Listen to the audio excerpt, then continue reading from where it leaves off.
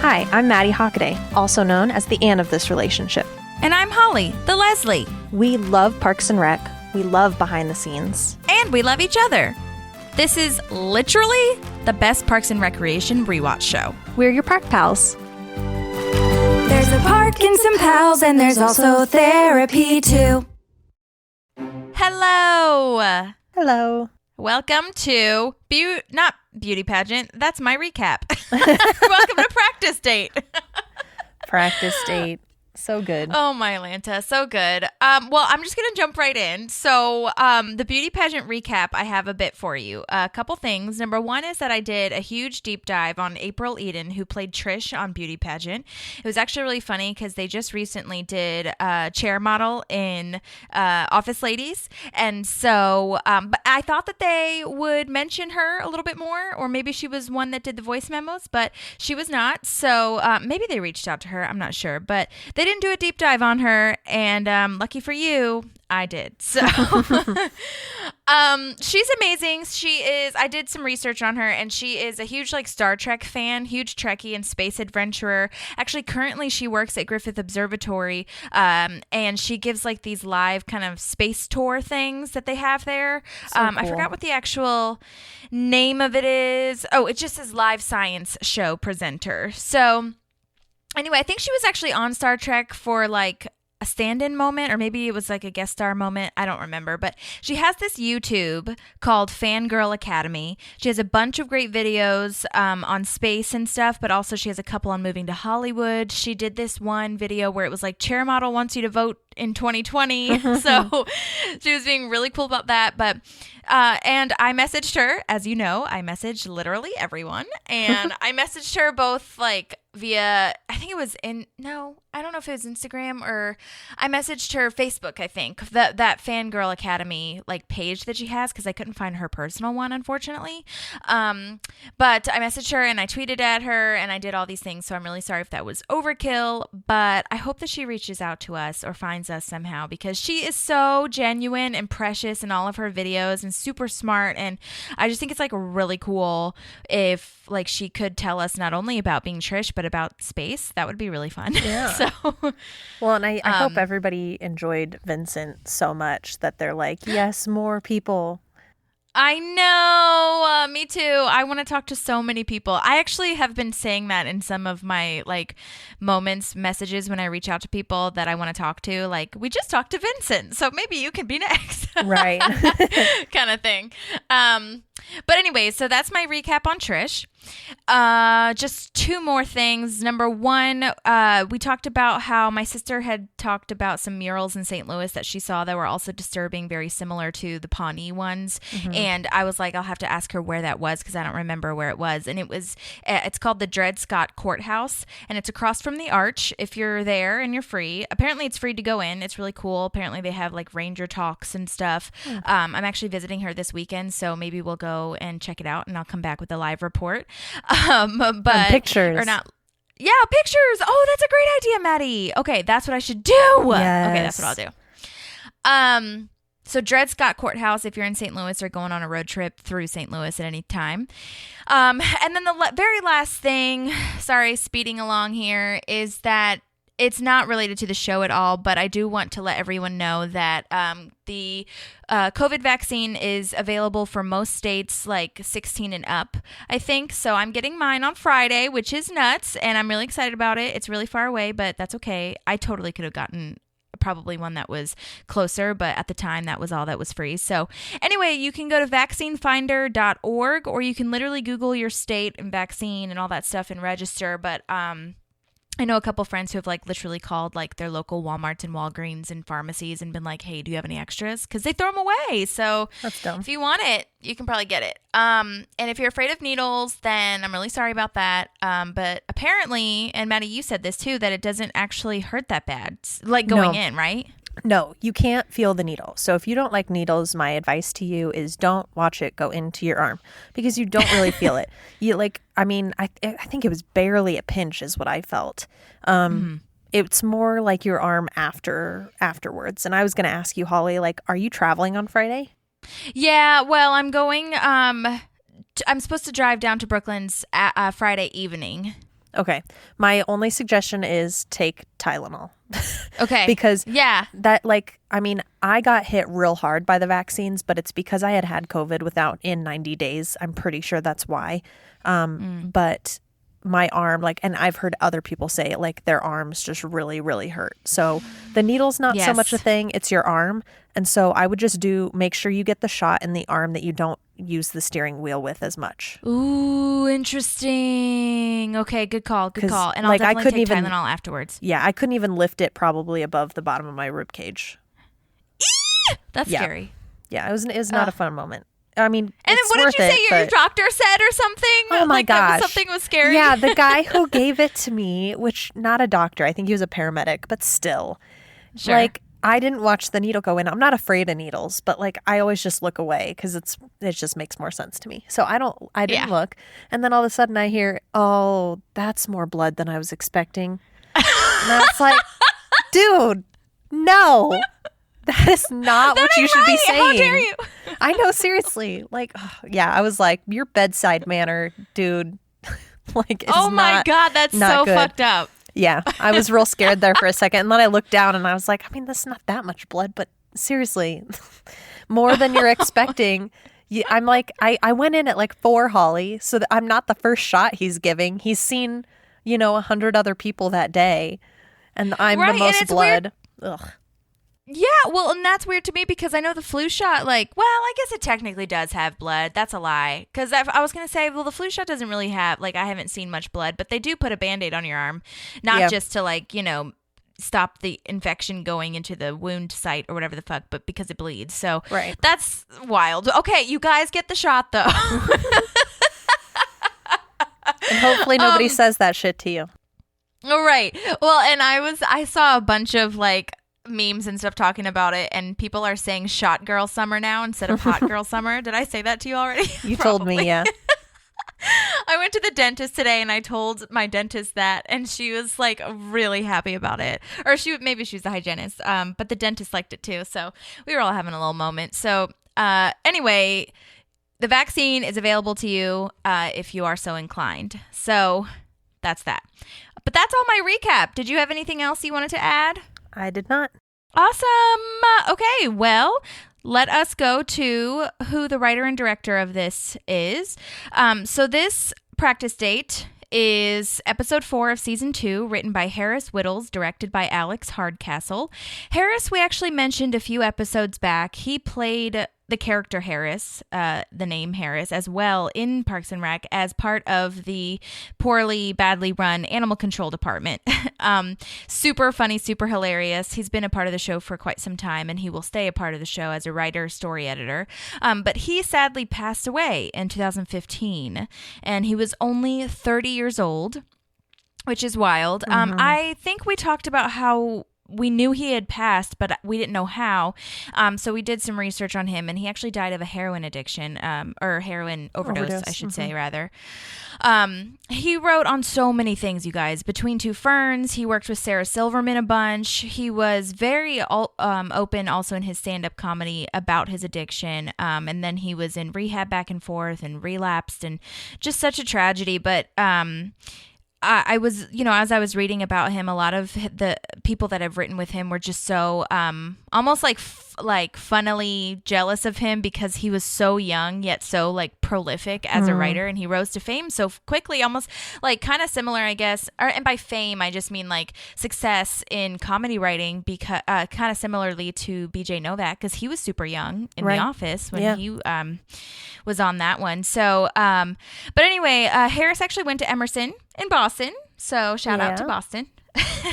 We lived in Boston too. Yes, we did. And what I found, a couple things. Number one is that he was working with Aziz, aka Tom, on Master of None, which is Aziz's show. You guys, if you haven't watched it yet, watch that immediately. But Harris Whittles was supposed to move to New York to work with Aziz on that and some other things, I think. And then he unfortunately was no longer able to as he passed. But and then he invented the term humble brag, which is wild.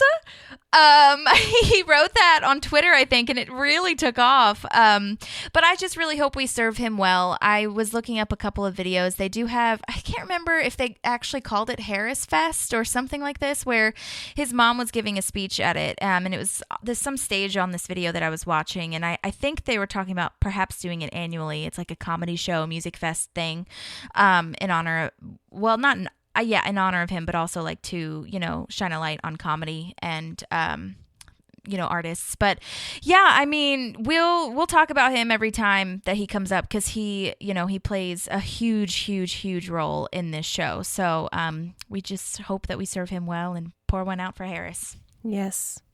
And then we've got directed by Alex Hardcastle, which you may be familiar with one of his things that he's done. He has directed The Christening in The Office. So we'll also see him again in Leslie's House, the episode called Leslie's House, coming up this season. He directed You're the Worst, which is a show that I've heard good things about, but I've never really seen it. A few episodes of the Mindy Kaling Project, New Girl. And apparently he was a composer on something called Not Going Out, which is big in Britain because he's actually British. And I think that show is also popular in Australia. But I also said that he has done, or researched that he's done a bunch of commercials as well. So as a composer? And he's also quite handsome. As a composer, I don't know. I think just commercials, like he's directed commercials. Oh, okay. Yeah. That's fair. I also learned that he worked heavily on Grace and Frankie, that Netflix show. Oh, okay. And then also directed a couple music features. I don't know if they were music videos or if they were like actual like shows that were like, the hour-long concerts or whatever, for Elton John, Spice Girls, and Rod Stewart. Oh, cool. Love all of those people. Yes. Well, that's all I've got for him and for Harris. So I have now written summary in my notes whenever you're ready. All right. Here we go. In the wake of Dexhart's most recent scandal, members of the Parks and Rec Department, plus Mark, as always, set out to dig up dirt on each other. We learn life-changing secrets about Tom, Ron, and Jerry. Leslie and Anne spend the episode getting Leslie ready for her first date with Dave. Anne quickly learns that Leslie is in bad dating shape and does everything she can to help Leslie get past her fears. Yay! Oh, I love the Leslie Anne moments that happen in this episode. Though. Yeah, I do too. So sweet. but also not so sweet. The sentiment is real. Yeah, you're right. It is a bit of a deep end moment that Anne gives to Leslie. But my first thing that I wrote about this episode was that it was such a brilliant way to figure out, like honestly, we're gonna kudos Harris so much for writing this, but like it really is such a brilliant way to figure out more character depth and like who these characters are. Apparently, lots of critics at the time said that this was the episode that they felt Parks and Rec hit their stride, which is interesting. I can totally see that.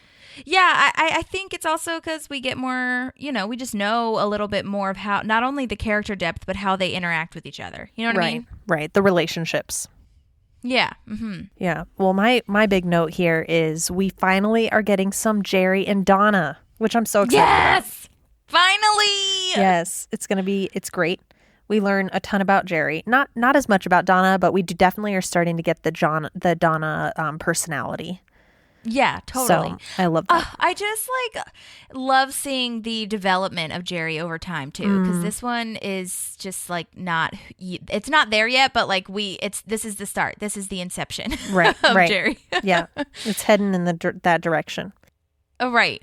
I wrote that Chris Pratt, Andy, was not in this one. And as I was doing my research for the next episode, he's also not in that one either. So I'm not really sure what's going on there. He did shoot a few things that year that it was, being filmed and everything. So maybe he was doing something, but also, I don't know. Like you said, maybe it was just hard to kind of, weave him into this story. I'm not really sure. Right. Yeah. I was thinking about that because he's not at the point where he's hanging out at the Parks Department. He hasn't gotten his job yet, right? So, yeah, it's hard for them to kind of write him in if there's not going to be something happening with Anne. Right. So that's so true. I could understand that being the reason he's not there too. But I mean, it's also very feasible that Chris Pratt was getting work and he had to be on a different set. Yeah. Totally. I did write too. I forgot to mention this as we were talking about Jerry. I wrote that, or I found that Mike Schur did say that once they had this episode and they kind of saw / like gave that little bit of a seed that, you know, Jerry is the odd man out and like he was the one in the office that you kind of poke fun at kind of thing. Like they could not resist giving him more and more every single episode. So like as we go on, you'll see in each episode there's at least like 2 or 3 or more jabs at Jerry. And I was like, I need a Jerry jab sting. Oh my gosh, yes. Jerry jab. I'm for it. I'm all for it. But it's like, okay, I'll send it to you. But it's just really funny because like we were talking about too, like the audience isn't in on the joke yet for Jerry. Like, and also there in this one, there are stakes involved. Like the stakes are so high, I feel, with things we find out about him. Yeah. So like it almost like your heart just breaks. But like later on, I feel in further episodes, you're just like, well, whatever they said to him wasn't even anything anyway. So they're just like fucking with him to fuck with him. You know what I mean? Right. Yeah, but this is here, like you're saying, this is serious stuff. And I feel so bad for him because he comes out, and I would know we're jumping ahead a little bit, but he even comes out and he says, I don't want to play. Right. Right. And it just gets worse at that point. Well, I have a question. Who are these randos standing in the back here? I know. I saw one too. Okay. So I see a man and a woman. Okay.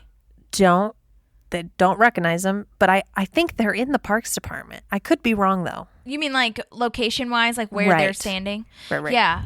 Yeah. But then my question is, who are you people? I know.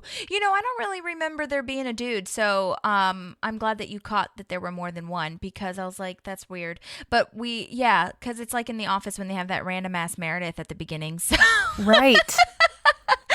So I don't know who those people are. I don't think I saw them on IMDb either. No, but, they're not. Maybe they're that'll not be credited. on my recap.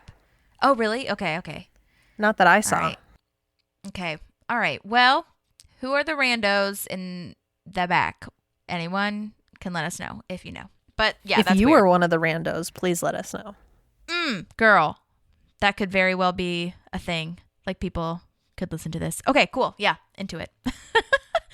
I'm just gonna say I love Donna here when Tom's like cave. I bet cave sex is amazing because of the humidity and the echoes, and Donna is right. I know her little sass moment. I know. I need to come up with a better like term. It's not. It is sass though. I was gonna say it's not necessarily sass. It's like just a character thing for her. But yeah, it's almost an attitude. Attitude. I like that. That's a good one. Okay. Donna-tude. Donna-tude. Oh my God, Madi. Coining it. Brilliant. So yes, you were talking about, we're in the cold open. This is the first time we see Councilman Bill Dexhart, which BT dubs I did not realize / I don't think I ever clocked that his first name is Bill because we always refer to him as Dexhart. Right. Yeah, nope. That was over my head. Right. And the details of this are so hilarious. Like you said, it was in a cave. It was in Brazil. 4-way sex. There were a lot of deleted lines for him at this press conference, by the way. And one of them was that he was saying that he can't promise he won't do it again, so he just won't make any promises at all anymore. My gosh. And also asking for forgiveness for future transgressions, which I think is very funny because it's so sadly realistic. Right. Like he knows himself well enough to know he's going to do it again. Right. So timely. And I think that any one of our politicians could very well say this very same thing and it would be real. This dude also is named Kevin Simons. Did I message him? You better believe I did. He is working on Blackish also, by the way, right now. Something that I saw on his Instagram. But it looks like Parks and Rec is probably his most recognizable thing that I've seen anyway. But he's so good. Like the cadence of his voice as a councilman, like combined with like the ridiculous things that he's saying is so funny. Right. Yeah. And it looks like he was in some Disney things like Henry Danger and something called Best Friends Whenever. I'm not familiar with the last one, but I do know Henry Danger simply because when I worked at an acting studio for kids in LA, like we had kids that went out for that. But And then he was in a soap opera, or a couple soap operas actually, Bold and the Beautiful, Young and the Restless. He was in that Alvin and the Chipmunks movie, which I never saw. But yeah, so that's Kevin Simons. And Kevin, please message me back. How bomb would that be? Oh my God, I would die. I'll keep. It'd be so cool because he is reoccurring later too. Right, he's a huge deal later. Big deal. Yeah, even in the season. Yeah, he comes back. Oh yeah, tons of times. I think it's. Oh yeah, he's so good. My next thing is Perd. Yes, Perd, happily. Oh my God, Jay Jackson. Yes, Jay Jackson. Love him. So good. Weirdly enough, plays a reporter in almost every credit he has on IMDb. Yes, it's like his literally. thing. Half of his credits are playing reporters on shows, and that is hilarious. Also, you said, I think we had talked about this before, but you knew he was in Scandal or something. Did you watch Scandal? I did not watch Scandal, so I was going to ask you, or we can find it out. He plays a guy named Mike Waters in Scandal. So, and I don't know what position that is, but I know Scandal is a political show. So I knew there could be some reporters in there. Yeah, I think he was a reporter in Scandal as well. I watched, I think, the first 2 seasons of Scandal, and then I stopped. Not for not wanting to, but just, I timing and everything. But so something I found on him was that he was a real reporter in LA for 25 years with KCAL, which is a local TV station in LA.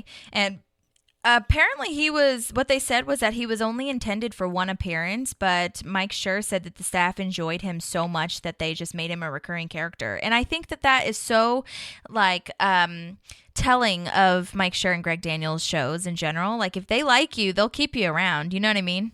Yeah, totally. I think the same thing happened with Amy Adams in The Office, right? Oh, yeah. I think you are right. Yeah. Like where she was only scheduled for the 1 episode and then they brought her back a couple times. Yeah. Yeah, I think that's great. And I think it also says a lot about Jay Jackson, right? Like they have respect for his craft, and it makes sense now that he's played so many reporters. Like if you do it for 25 years, why not get paid like probably 3 times as much just to do it fake? Oh, right. Right. Totally.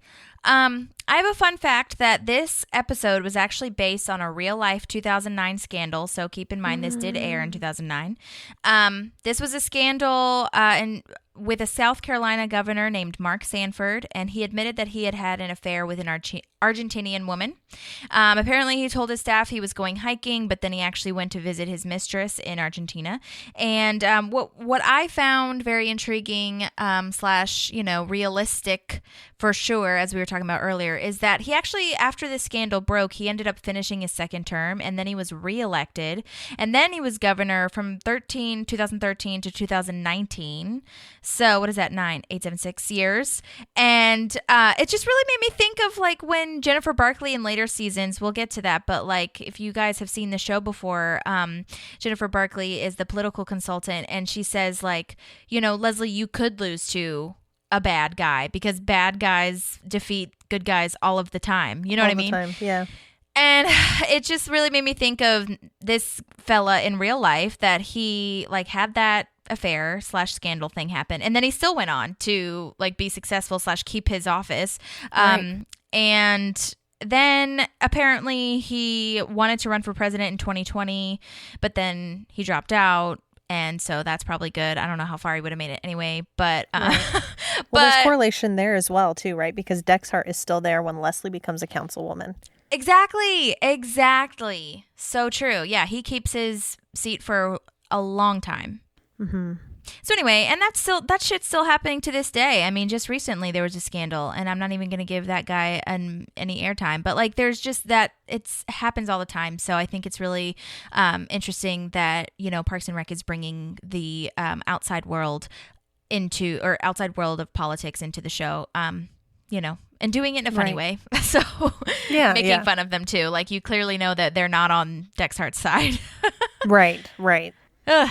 Which brings me to my next point, because Leslie is all like feeling bad for Dexhart, right?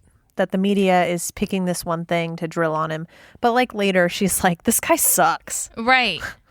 Yeah, that's something I had in my notes too. I was like, I don't know if I understand / like agree about Leslie's talking head where she's saying, all I care about is his policies, not his scandal. And I do see where she's coming from, but like, and I don't think it should be talked to death, but when you're in the public eye, if you're representing me, then like as a citizen, I want to know that you're honest and like you have integrity, Right.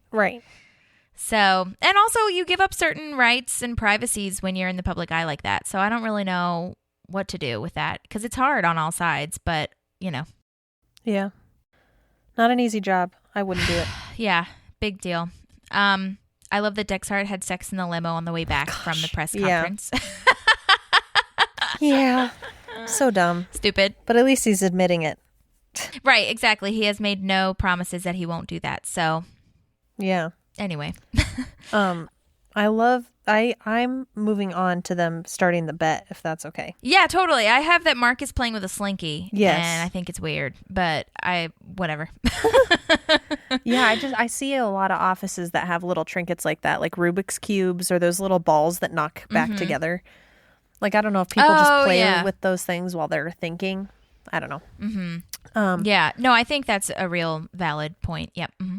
Tom has balls, first of all, and he must have some confidence that he has patched up this green card marriage because he kind of starts this whole thing. Right. Like, I will find more dirt. Like, I'm clean. You will not find anything on me. And it's like, dude. Right. That's what I'm saying. I was thinking that too, Maddie, where I was like, but you're the one that has probably the most like, thing that you can get arrested for. Right. Oh my gosh. I couldn't tell. Also, I took a timestamp at 2:32 where you see Jerry's Facebook page on Donna's computer, and it really looks like a Wikipedia page. I get that they obviously couldn't do an actual Facebook or whatever page because, trademarks or whatever the fuck. But I also just love that April's burn is really funny. Like Donna says, "You'll never guess what I found on Jerry's Facebook," and April's like, "A friend." She's so proud of herself. Yeah. Right. Oh my gosh. I love her. Mm-hmm. Well, I have this water bottle that April has. Yes.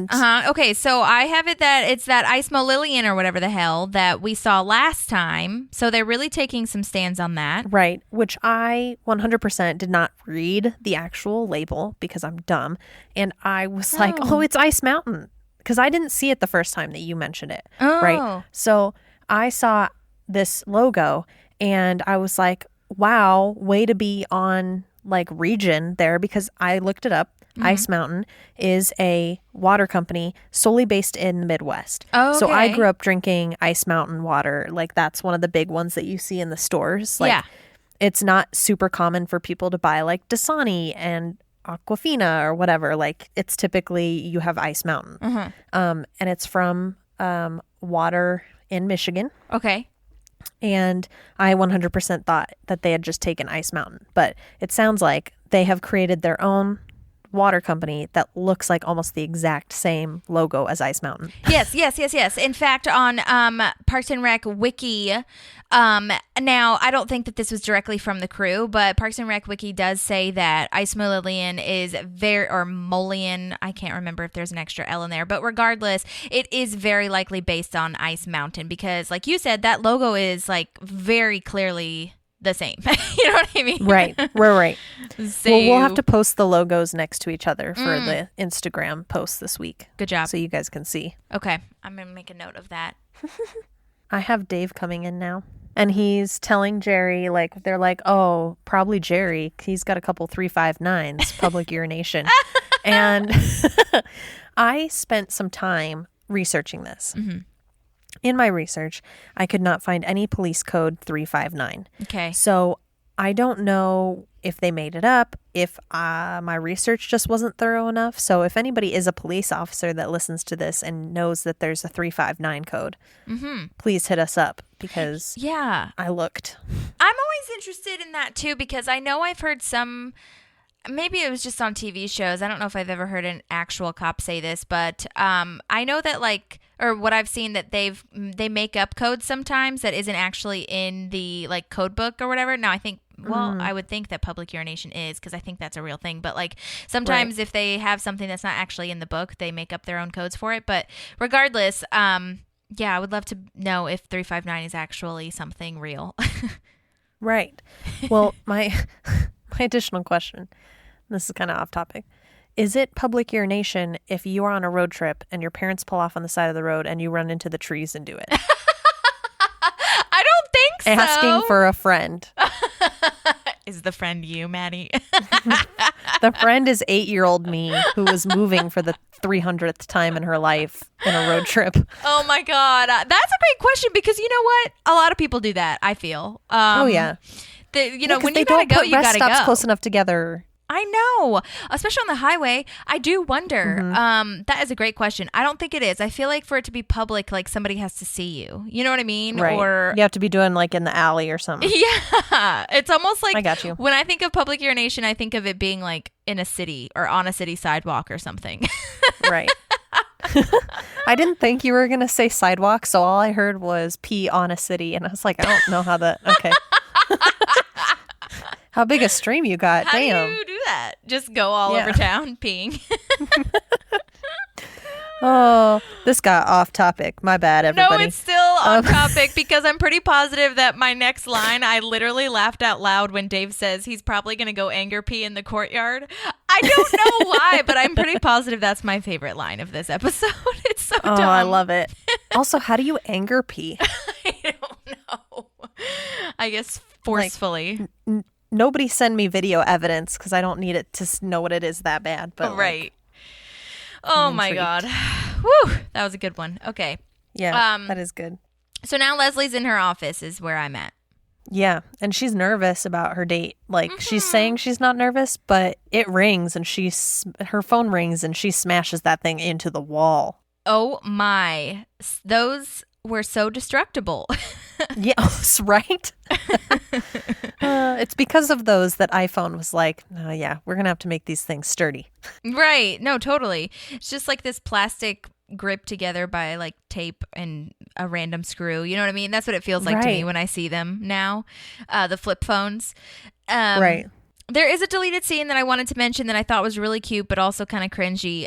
So Leslie and Dave are walking in the hallway, like in City Hall, and Dave says, "Oh, there's a few restaurants near my house that I've been wanting to try, and so maybe we could go to one of those few restaurants or whatever." And Leslie's like, "Well, hopefully not all in one night, because there was a couple of few restaurants." And she's like, They have this weird, awkward banter back and forth of like, think of all the food, and it's so awkward, but it's also cute. And but then she also plays. So she has a talking head where she compares a first date to a job interview, and I actually recorded it because I just thought it was really precious, and I wanted to play it for you. So hold please. I'm not really nervous about tomorrow night. First date is like a job interview.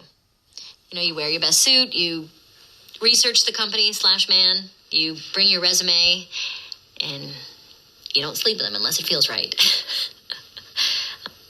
I wouldn't do that. I was joking. That's great. It's so funny. And you know what? As she's explaining it, it does kind of sound like a job interview. And, I don't know, but maybe more casual, obviously. Yeah. You're vying for that second interview. Right. Yeah. True. Yeah. I have Anne coming into City Hall now. Okay. Yeah. I was going to say that was literally my next thing about like Mark being, I really like how goofy and fun he is, I feel, in this one when he's talking to Anne. You know what I mean? Like He's in his element in this episode, I feel. Yes, I agree. All of his delivery on all of his lines are so good. He really found his stride, for sure. I think this is the Mark that was at the beginning of working in government before his dreams were smashed. Yeah, I agree. Yeah, he just needed like something a little bit more like fun to do, Yeah, for sure. Yeah. And I love this line from Anne. It's my runner-up line. I love it. Like, he's explaining to her what they're doing with the digging up the dirt, and she looks at him and goes, "My taxes pay your salary, right?" I love that line so much. I know. Yikes. Yeah. Yikes indeed. But I have this problem with Leslie here as she and Anne sit down to talk, right? And Leslie's nervous about the date, understandable, but Anne's telling her this lovely story about her work. And Leslie just steamrolls right over it. She doesn't even acknowledge how sweet the story is. You know, I know. She just like barrels right into, I'm really nervous, you know, and I feel bad for Anne. And I know Leslie's a good friend, but this part just kind of hurt my heart a little bit because I was like, oh, Anne, I know your job is hard, like, and you're a caretaker and you want somebody to just care for what you've been through today. I know. And it was like really, as you were saying that, I really like resonated with how much you and I are Leslie and Anne, because I was literally thinking as you were saying that really sincere moment that I heard pigeon noises in the courtyard. As they were talking through this, which we haven't talked about pigeons in quite some time, you guys. No. So I really heard them, though. I didn't see them. I wasn't looking. But yes, back to your point that, yeah, she Anne literally says, you know, he looked at me and said that, you know, you saved my life or whatever the fuck. And yeah, then Leslie starts talking about a sexy hat or cargo pants. Yeah. Which, whatever that is what Anne says. Right. What is a sexy hat? And I wouldn't go with a cargo pant. Right. I would not go with a cargo pant. I love that. There is a deleted scene at Anne's house when Leslie's trying on all the clothes where Leslie comes out wearing scrubs for her date. Like, and Anne's like, nah, I don't think that would be good. I have to say, we would do this. If we lived in the same city, yeah. we would 100% do this. Yeah, or even now, like if I had a date that I was nervous about, I mean, I haven't done this yet, but I think that I would for sure if it came up. Like I would send you a picture of like, what do you think about this shirt or something? You know what I mean? Yeah. Or like we sent each other pictures of like our haircuts and stuff. Yeah, we do. We totally do that. Oh my gosh, I think every time I leave the salon, I take a picture and send it to Holly. I love it. Yeah. Well, and you've texted me before dates, but I don't know if you've been nervous enough to like need help with outfits and stuff. Yeah, you know, that's a fair point. That's very real. I do text you very frequently. Yeah. Before and after. Yes. Sometimes which is during. good because I am always willing to call and be stuck in a ditch somewhere for you. Right. Thank you. Much appreciated. Okay, Perfect. well, I'm back at the courtyard, or not the courtyard, back at City Hall. Yes. And go ahead. No, well, I was just going to say, I don't know why I'm so fucking obsessed with this, but the water jug in the City Hall Parks Department is called Alpine Thirst. It is different than Ice Mo Lillian, but I couldn't find anything that's similar to Alpine Thirst. So if anyone knows, then maybe. But it comes up as a fictional company as well. But so they have one for their water bottles and then one for the jug. But yeah, that's at $4.50 if anyone wants to take note. But go ahead with what you were going to say. We're all about the water this episode. Mm-hmm. Yeah, I have, they found Tom in Taliban robes. And I really wanted to look this up and see if this was a legit picture of Aziz Ansari or if, like, they took it off the internet or if it's from him, like, a long-ass time ago. Because he looks super different if it's him. The hair's definitely different and stuff. So I'd be interested to know. And I'm also like... Like, did they do that for the actual show or whatever? Right. I'm also like, you don't look that much like a Jedi. Like, you were tailing a really thin line there, buddy. Yeah, I know. I was thinking that too. I was thinking like you could technically maybe be like a young Obi, maybe, but like I don't know. It's still, yeah, I don't know. Yeah. I love that we also find out that Ron has been married. He has been married to 2 women, both named Tammy. Both of them bitches. So good. So good. I love that. And his mom's name is Tammy as well. Yes. I like that they consistently bring those facts up. Right. Because we do learn later on that his mom's name is Tamara, but she goes by Tammy. Yes.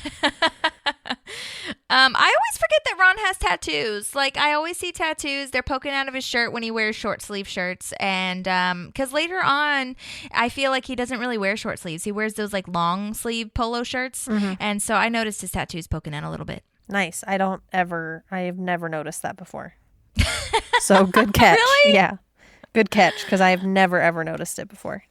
Okay. Yeah, but I don't know. I don't know why I was looking at it. Maybe it's because I have tattoos and they interest me, but whatever. Anyway, it's not a big deal. And also, to your credit, like, it's not as if you can see them like fully. Yeah. They're just poking out a little bit, like under the sleeve. Right.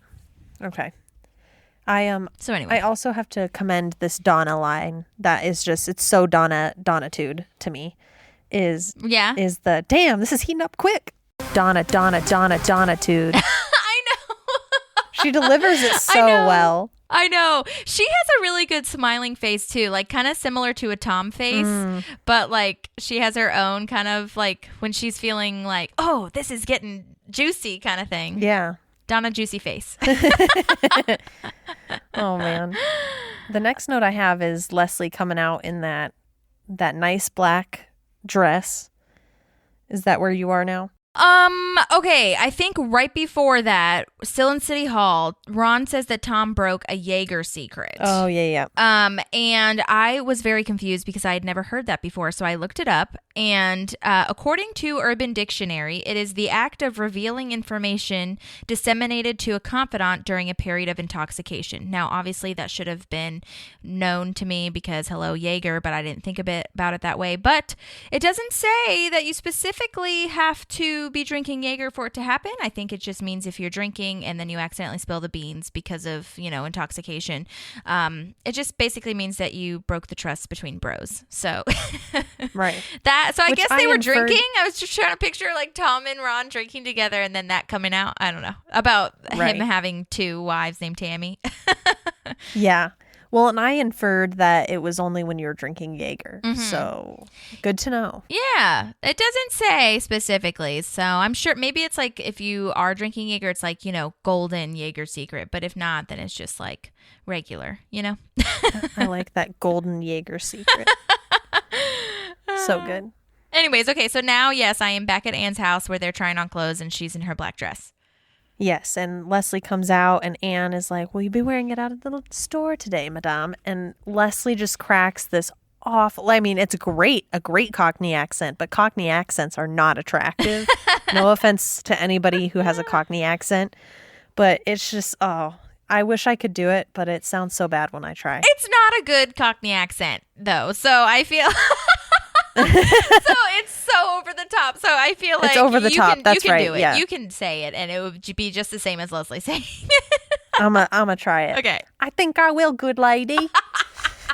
It's so bad. I think I will, good lady. What the hell is that's that? way Where better. does it come from? It's not. Oh better. gosh. But thank No. you. Oh my god. But then she goes into this long tangent of like, what if he asked me if I've been married? And Anne's like, well, have you? She's like, no. Then go with Then that. say that. Yeah. And it's like she goes down this rabbit hole of just awfulness. And Anne is like, oh my gosh, Leslie has just a string of really, really bad dates that we need to get out of her system. And that's where the idea of going to the practice date comes. And we head to the bar with Anne and Leslie, and she brings note cards, Holly. Oh my god. Note cards. Like there's preparing for dates. Like I will say on dates that I've gone on, I have gone in being like, well, I don't think I want to talk about this. So if they bring it up, I would change the topic, or like I definitely want to know this about the person. So I go in prepared typically. Totally. But not like note cards. Yeah. Or like even a like survey. No.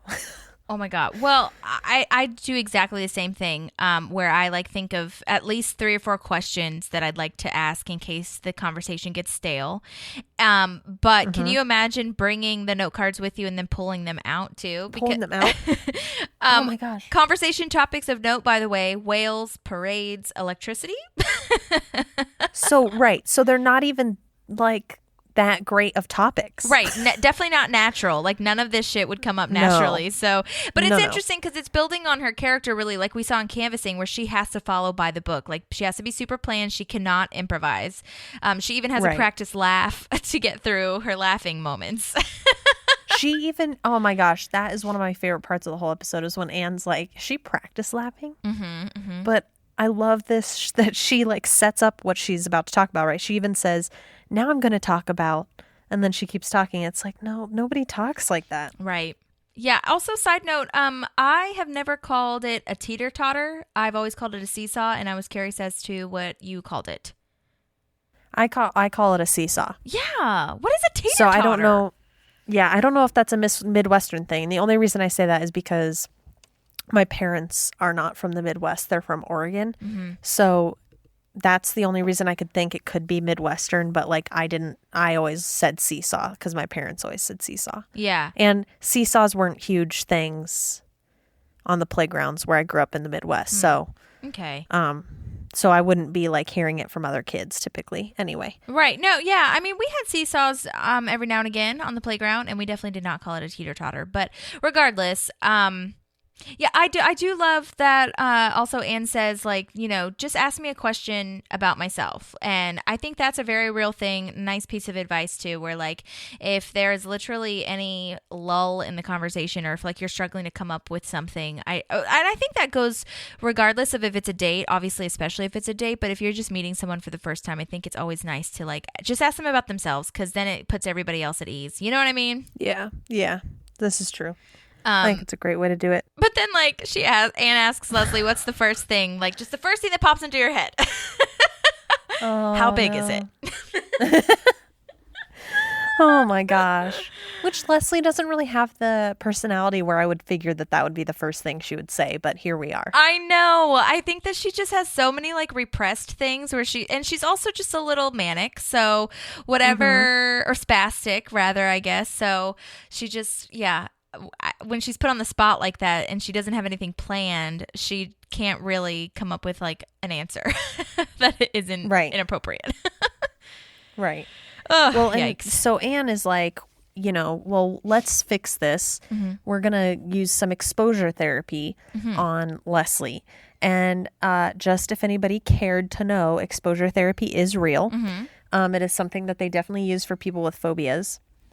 The only thing I would say is at least in the techniques that I learned about in school, were that like if you're afraid of snakes, you're not going to be submerged in a tank of snakes. That's a really bad idea. Yeah. They kind of do it gradually. So they take you from, okay, you're sitting in a room with a snake and they're contained. They're not going to, there's trainers holding them or whatever. Uh-huh. But like they're in a different side of the room. And then slowly it's like, how much closer can you get to the snake?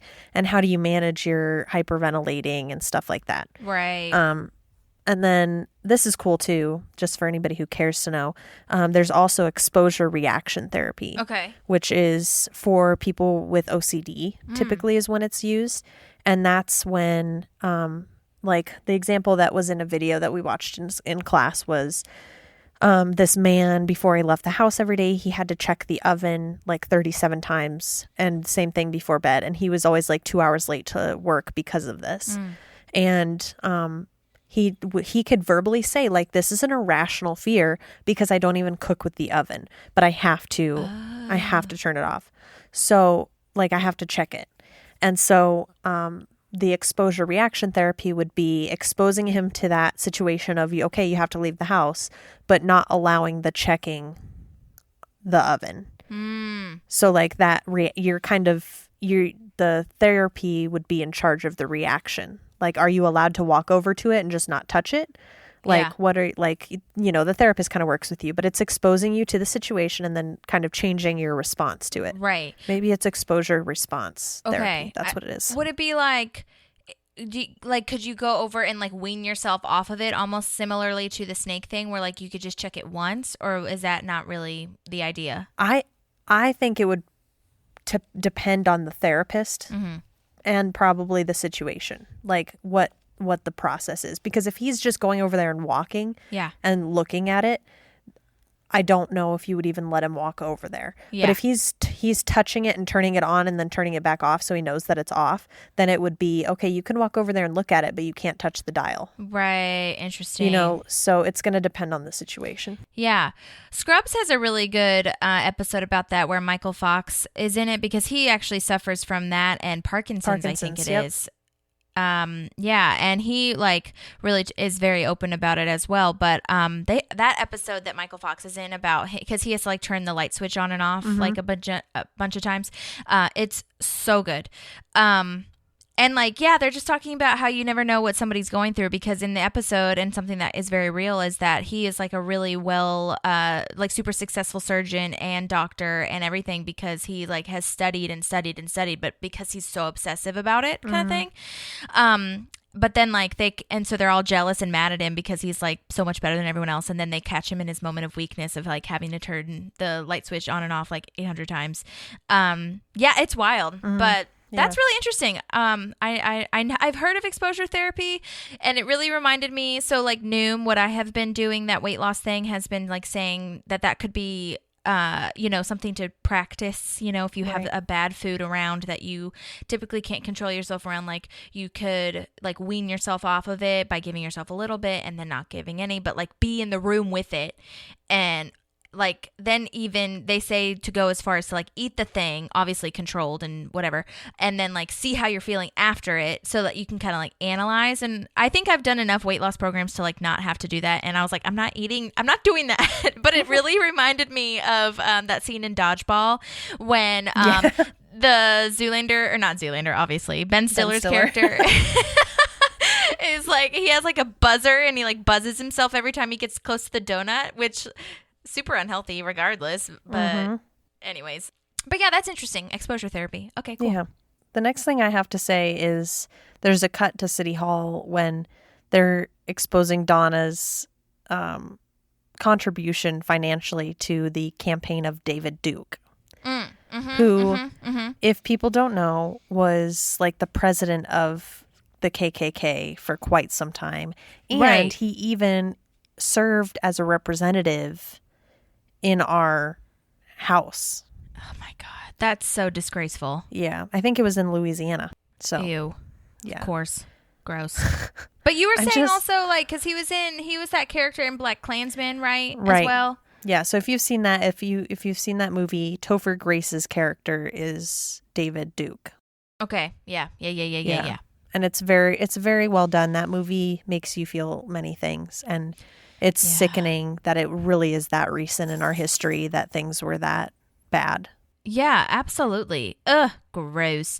Yeah, and also I was wondering how old Donna was at this time, because didn't they say it was like 10, 15 years ago or something like that? Yeah, that's interesting. So I'm wondering, because like, I don't know, I would peg her maybe in her 30s. And so if it was 15 years ago, she would have been 15.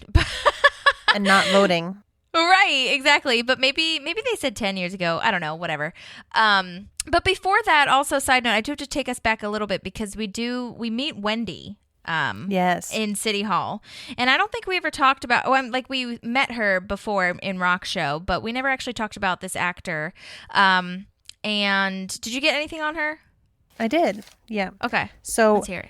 Wendy is played by a woman named Jama Williamson. It's spelled Jama. So I'm saying Jama, but it could be Jama. I don't know. Yeah, I don't know either. But she's been in a couple episodes of Numbers, Law and Order, School of Rock, the TV series, not the movie, Good Place. And then she also was in the most recent and the final season of New Girl, just as a preschool teacher. Okay. Yeah. I had that she played Val in The Good Place, which I truthfully, I need to rewatch that whole show again, because it's so good. I know. And it's so good. Kristen Bell, yes. Oh my God, queen. When I was watching, or when I was doing the research on Jama, I saw that she was Val, and I didn't really place it, but now the more that we're talking about it, I think I remember her in it. And yeah, didn't know School of Rock was a TV series, like WTF. But apparently she also did a bunch of like off-Broadway stuff, because she went to school at Circle in the Square Conservatory. So, and something cool is that she's actually from Indiana. So that's kind of nice and interesting. Yeah, that's very and I think cool. what's his face, Dexhart, is as well. Did we find that? I feel like Dexhart is from Illinois. He's from Highland Park, Illinois, which is like a northern suburb of Chicago. Right. Okay, cute. Yeah. So, and not that I need to say it because you already know, but guess who I messaged? Jama. Yes. I messaged her on Instagram. She's still doing self-tapes and stuff according to her feed, so who knows. And I always send them a little link to the podcast just in case they are interested in hearing it before they get on it. And I always offer them the option of sending in voice memos as well. So you guys, if you know any of these people, just let them know there's so many ways we can talk to them. But we're just huge fans. And then next up I have that. So Ron sees Tom and Wendy together and he's like, this does not seem right. Tom is not like, he can't get a perfect 8 or whatever the fuck that Wendy is. And he goes on to say like what his scale of hotness is, human hotness is or whatever. And he thinks that Steffi Graf is a perfect 10, which is hilarious. And I wanted to tell you this deleted scene. I should have recorded this one because it was really, his delivery was funny. But basically he goes down the list of women according to their scale or their number on the scale. So we've got 10 is Steffi Graf. 9 is Carrie Struggs, who is the Olympic gymnast that, injured herself really badly, but also went on to win even when she injured herself, which, by the way, you guys, if you haven't watched that documentary Athlete A on Netflix, you gotta do it. It's it's dark, but so get in the right mindset, but it is really good. 8 is Dominique Dawes and Natalia Shapshosnikova. Shit, I never pronounced her name correctly. But they're both athletes and gymnasts, and he does mention that he's into gymnasts, which, by the way, I couldn't even find an adult picture really of Natalia, or not many adult pictures of her, because she was really famous / successful as a gymnast when she was super young, so that's weird. But then he says number 7 is Greek goddess Aphrodite because she's meaty, delicious, and omnipotent. Oh my gosh. And then levels 1 through 6 he doesn't like to discuss because the criteria is extremely misogynistic. And oh my gosh. I'm just going to explain that joke for everybody that's funny because everything he said up until now is also misogynistic. So that's fun. Yeah. That is fun. At least we don't have to listen to him explain the other stuff. What other stuff? The other criteria. Oh, the other 1 through 6. Yeah. You're right. Good call, Madi. Anyway, so now I am at the restaurant where they're doing their practice date. So my next note is that we have the first presentation of Whiz Pals.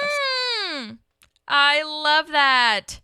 I wanted to tell you, there's a deleted scene where Leslie comes running back because, how in the actual scene she says, I know what it's called. It's, it's not really the Whiz Palace. It's the thing with the thing. And then she comes back and she's says bathroom, I got it. That's what it's called. And she runs into a waiter carrying a bunch of plates and knocks him over, and he falls over a table and all these plates start falling. It's one of those cringy, my hands were over my mouth. I was like, I can't believe that happened.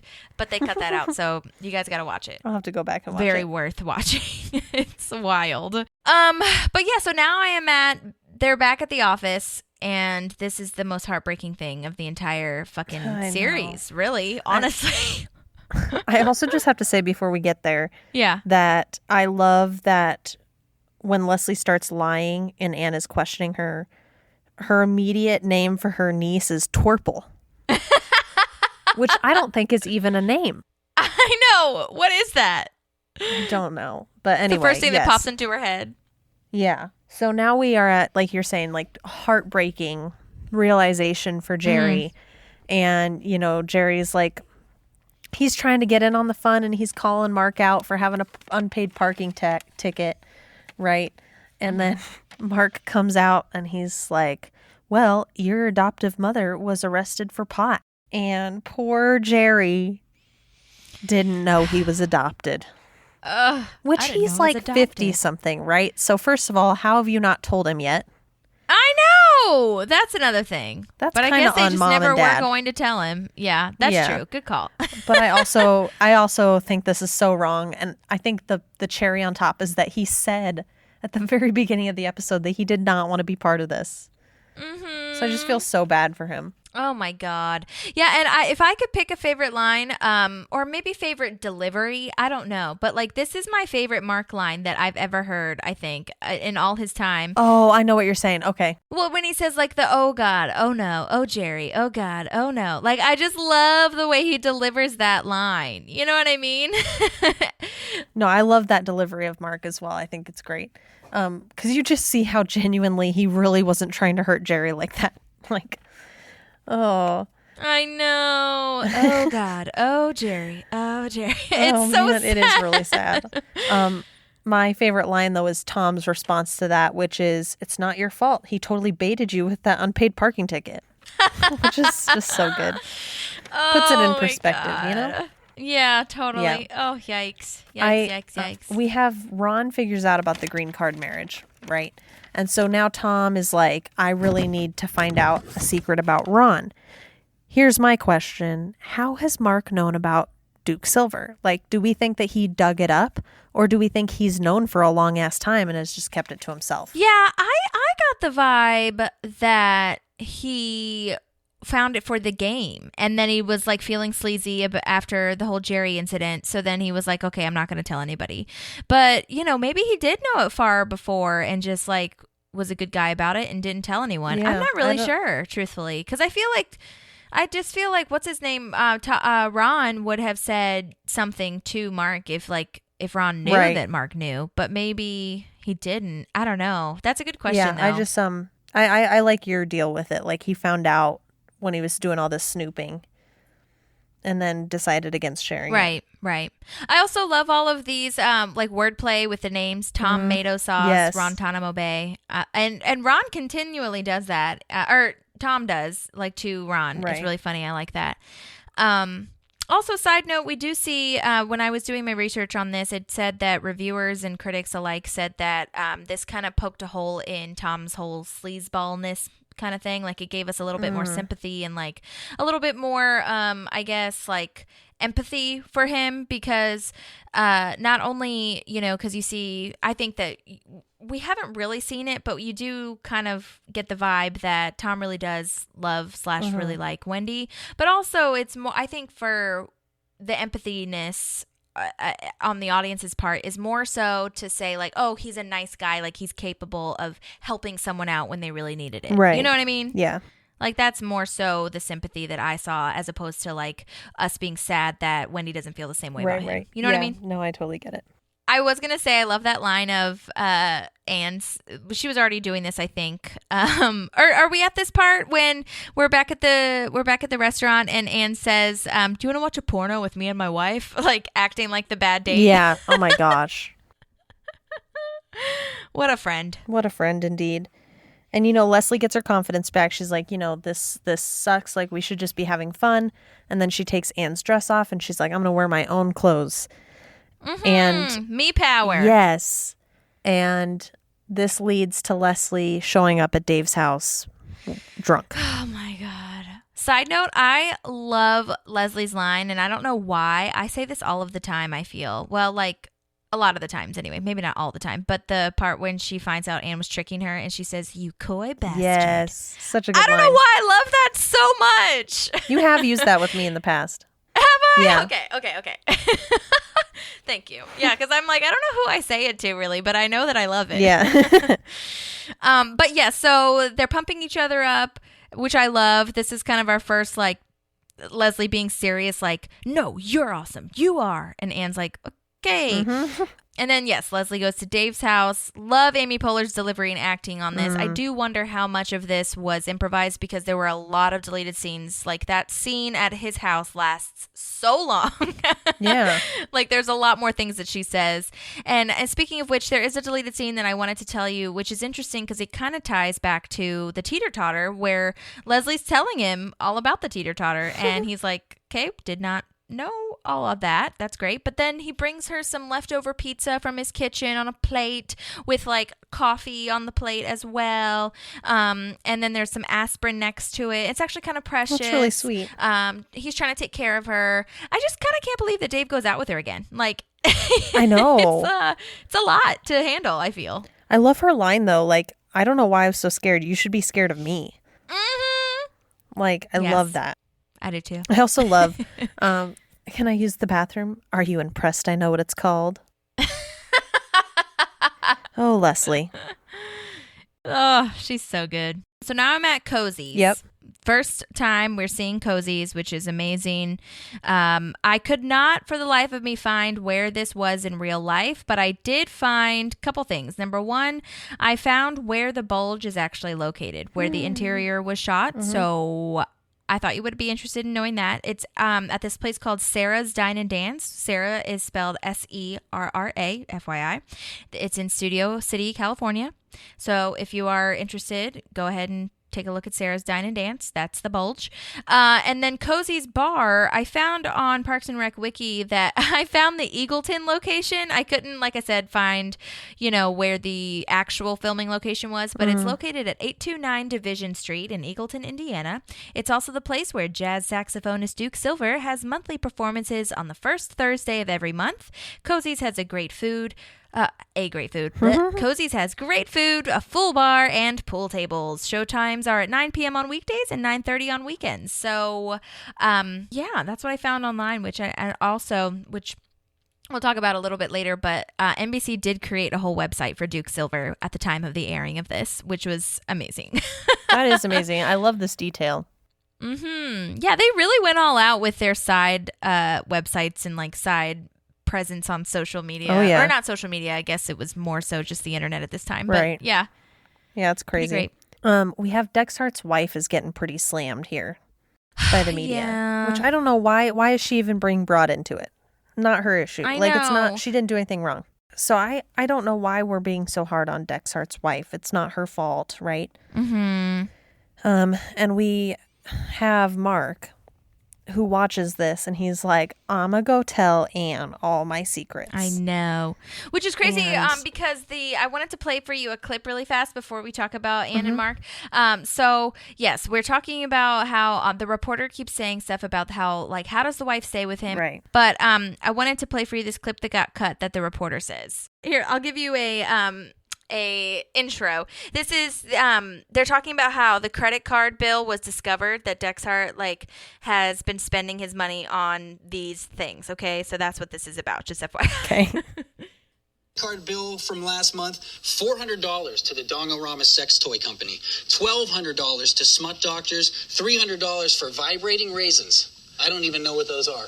But yeah, she needs to kick him to the curb. Vibrating raisins? That's disgusting. Dongorama. Oh my gosh. Oh yikes. Oh yikes. Okay, so yes, now he goes to Anne's house. Beautiful.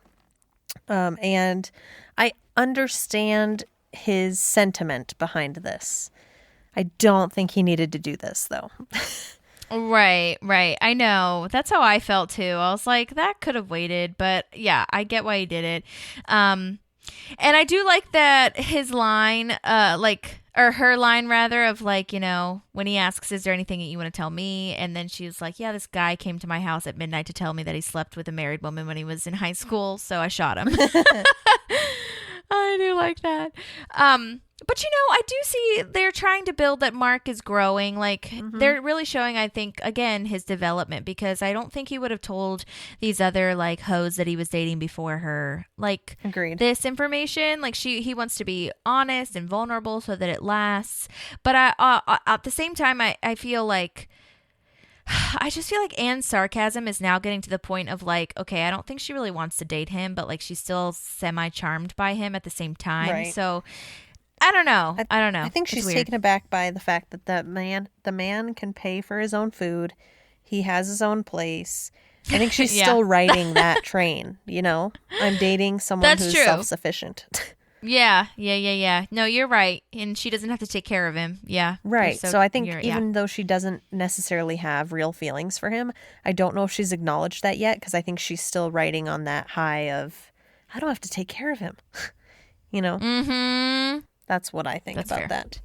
that. But yeah, let's go back to Cozy's where Okay. Tom is about to confront Ron. Yes. Couple things on this. So Nick Offerman actually does play the saxophone, just FYI. And it is interesting because apparently Mike Schur came up with this idea of him being, you know, a secret jazz saxophonist before they even knew that Nick Offerman played. That's crazy. Yeah. And when Nick Offerman like heard that, he was quoted as saying to Mike Schur, "How do you see inside me?" That's great. I know, it's so funny. I also love this MC. I think he comes back every time. His name actually is Dwayne because Ron says, you know, thank you, Dwayne, or whatever. But I love his catchphrase of "my man, Duke Silver." I love that. For some reason, Parks and Rec like isn't listed on his IMDb. I don't really understand why, but his name is actually Dwayne Shepard Sr. And so it looks like he's had a pretty good career as like a co-star. You know, he's been in a bunch of stuff. But they had so many deleted scenes. I wanted to tell you about this or not so many, but like enough that I was really sad that they cut them because they were so good. So you know how they always talk about how Duke Silver makes mature women swoon or whatever the hell? Yes. So they had talking heads with these mature women, quote, and there's this one lady that says like Duke Silver's the sexiest man alive, and then this other one, I legit laughed out loud. Like most of the deleted scenes, I would say like 8 out of 10. I'm like, oh man, that's such a good scene and it adds so much, but I'm not like laughing out loud. This one, I laughed out loud because this gal's delivery is so funny. So she says like, one time I had a sex dream about Duke Silver, and then she closes her eyes and she like pictures it and gives this little like kind of moment. Oh my gosh. I'm not doing it as well, but oh my God, it's so funny. Oh man, I gotta go look those up. I gotta look up the bloopers from season 2. Oh right. Oh my God. I know. Well, Or not the that's thing. bloopers, the deleted scenes. Sorry. Deleted scenes, yeah.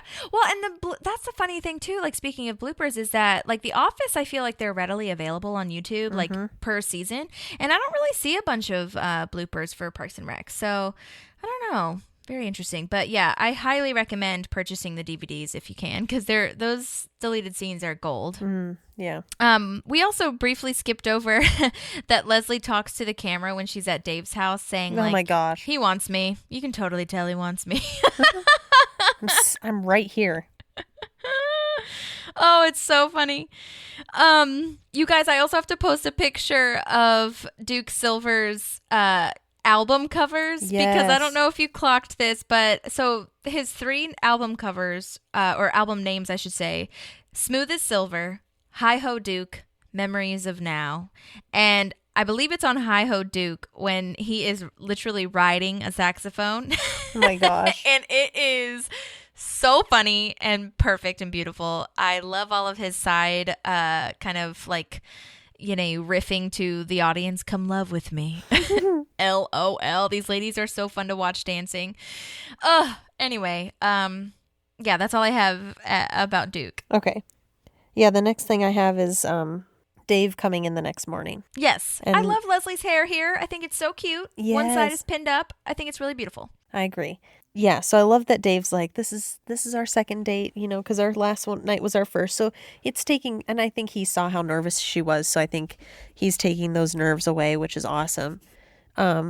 Also, 8 p.m. date?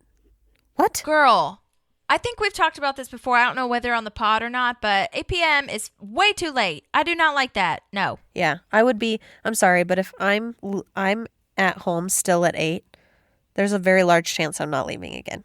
Oh, yeah, absolutely. No, especially a work night.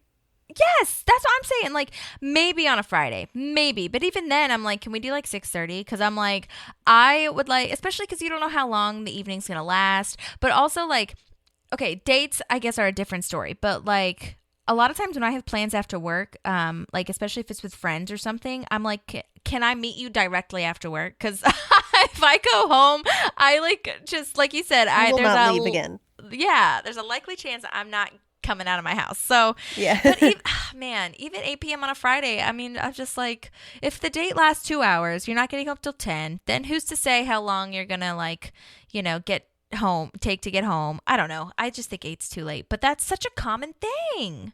Yeah. It's crazy. I was thinking about in The Office when they're playing Crazy Eights, Michael and Holly before. You're crazy. Go crazy.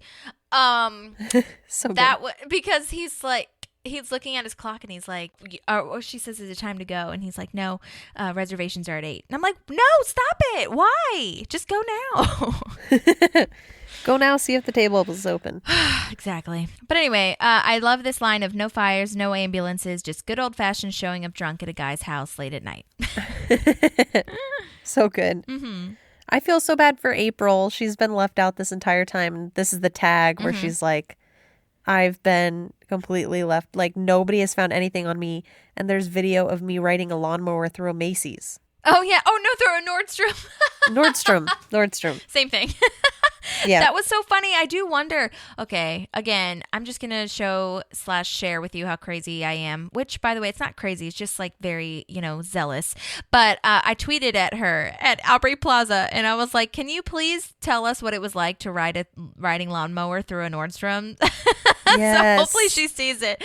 Because I do wonder, like, did they actually go to a mall? I'm sure it was just a sound stage, since it wasn't like a full-on, like, it wasn't even in color. It was like a security camera, video. But I wonder how they set that up. Which nice touch. Yeah, very nice touch. I love that. But it's one of those things, too, where like maybe, if you don't want to be caught, or if like you don't care about being embarrassed, then you're not going to be embarrassed. Do you know what I mean? Right. So, that kind of no, they don't see the point in looking things up. Right.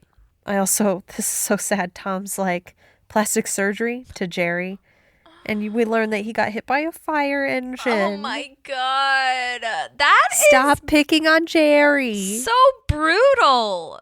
This is what I mean by like this episode. It's like the stakes are far too high and real and like dark for you to feel sorry, or for you to like also want to pick on him. You know what I mean? Right. In the next episode, we'll see, which I'm so excited, you guys, for the next episode. But in the next one, we'll see like all the jokes about Jerry are not like he didn't do anything. You know what I mean? It's like you're just picking on him because you're picking on him. But this one, it's like, oh no, this is too much. Right. This is like real life. Right. But that's also, I guess, where the comedy comes from. So, it is what it is. But his delivery, too. I think Jim O'Hare is his name in real life. And I just think that he is so funny as far as like his development as we get further and further on, because in this one he's playing it very sincerely and sad as well, whereas he plays more of a goofball later on. Yeah, but we're starting to slowly transition into real Jerry. Yeah. Oh, and we've got some golden Donna moments in the next one too. Oh my God. Sister City next week, everybody. Episode 5. Yes. So good. Episode 5. Just a quick I guess foreshadowing moment is that there is commentary for this episode, for the next episode. So I'm super stoked about that. Me too. That's awesome. But yeah, so that was my last note. Is that everything you have? That's everything I have. Oh, love it. Close it out. Awesome. Well, thanks you guys so much for listening. If you haven't written a review yet on Apple Podcasts, please do that. But if not, if you know anybody that I could talk to or tweet at, you just let me know. Because I am shameless when it comes to that. But again, thanks so much for listening. And then if you want to stick around for therapy, we'll see you for that. But if not, then that was practice date. And get ready for Sister City, you guys. It's gonna get awesome, even more. See you next time. There's a park and some pals, and there's also therapy too. Okay, therapy. I don't have a ton to say. I feel. Either. I think that mostly I've just been thinking about how, number one, I'm tired and I need a break. But number two is that the world is going to open back up soon, I think. Or hopefully, rather, I guess. And hopefully is a strong word, just because, I feel weird. I'm like, what if I don't want to go back out into the world? That's a valid thought. What if I just, don't want to do it, So I've been trying to think about and think through that whole situation of well, what if I just don't want to do anything, or not don't want to do anything, but just want to step back a little bit more, you know? Yeah, I can get that. So that's kind of something I've been thinking about. But yeah, just having a little bit more patience with myself and everything. You know how I've talked about this ad nauseum, I feel, but when you can see something at the end of the tunnel, or see a light at the end of the tunnel, aka my student loans, aka my health journey, Right. And I just feel like I can see it. And now I've got to create this new patience, not just because, usually patience is like, well, it'll happen when it happens, and just like stay the course, be patient. But this one, it's like, but I can see it. Like, it's going to happen. Right. But like, I got to be patient with that fact. It's a whole new thing. So anyways, that's what I've been trying to do my best at this week. So yeah. Well, you are not alone. Okay. Thank you. I'm here to see you to that light. Okay. Thank you. Appreciate what are you doing your best at? Or like, what have you been thinking about this week? I'm trying to sleep. Yeah. Yeah, the struggle's real. I'll get really tired and then like feel like I'm about to fall asleep, and then I won't.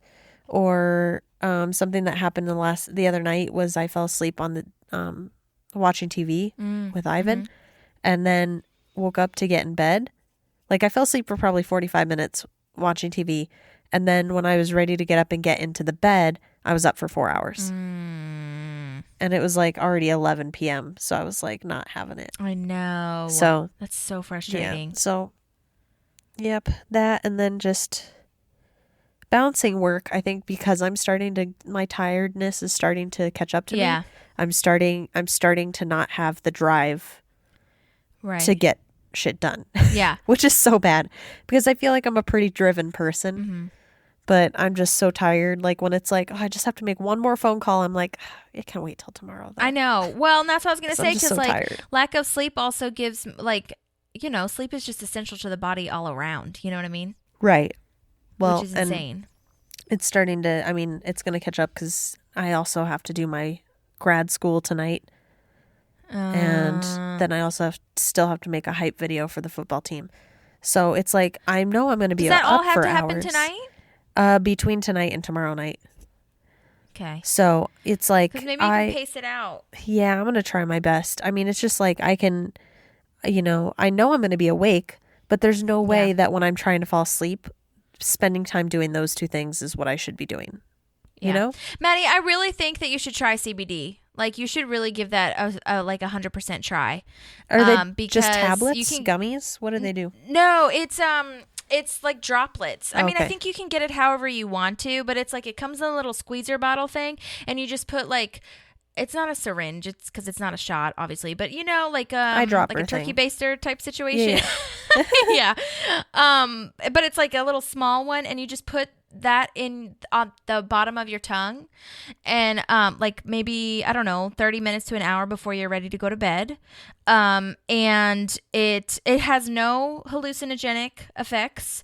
It's nothing like that. It's just calms your nervous system, I think is what it says that it does. I can't remember like the scientifically speaking. Obviously, if you want to look that up, you can. But it's not like, it's not like you're getting high. It's just like calming you so that like your brain shuts down and like, you can stop thinking so much. Because I think that is a big deal for insomniacs, is like, your brain starts thinking about stuff and then you can't shut it off. Yep. You know what I mean?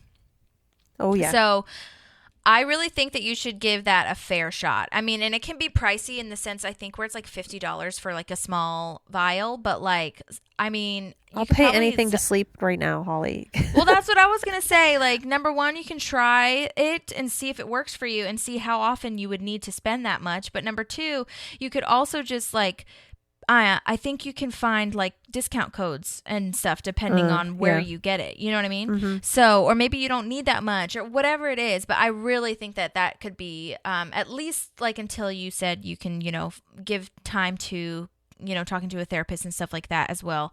I think it could probably go hand in hand, truthfully. Yeah. Okay. And it's natural, Right. I mean, it's not like, obviously some places put stuff in it. It's maybe not all of it is like 100,000 bajillion percent, natural, but it's not nicotine. You know what I mean? Right. So I think that could be a really good option for you. I will keep that in mind. Was it Arizona? It was somewhere, lots of places are legalizing actual like weed, not recreationally in all places. A lot of them are just medicinal, but like sleep counts a lot of times for medicinal as well. Right. So, but CBD is a whole other thing. And I only tried it once and I like 1000% recommend it. So just saying. All right. Well, if it's Holly recommended, it's going on my list. Okay. Well, good. Well, is there anything else that you need to speak on? No, I think I'm good. Okay.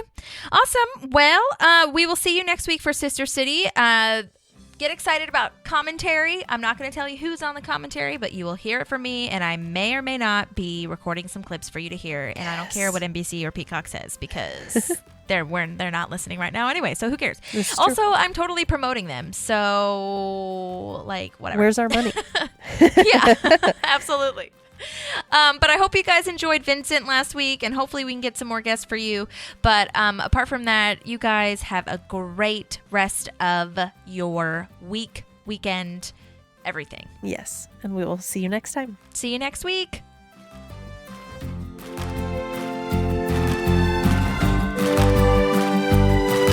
There's a park and some pals, and there's also therapy too.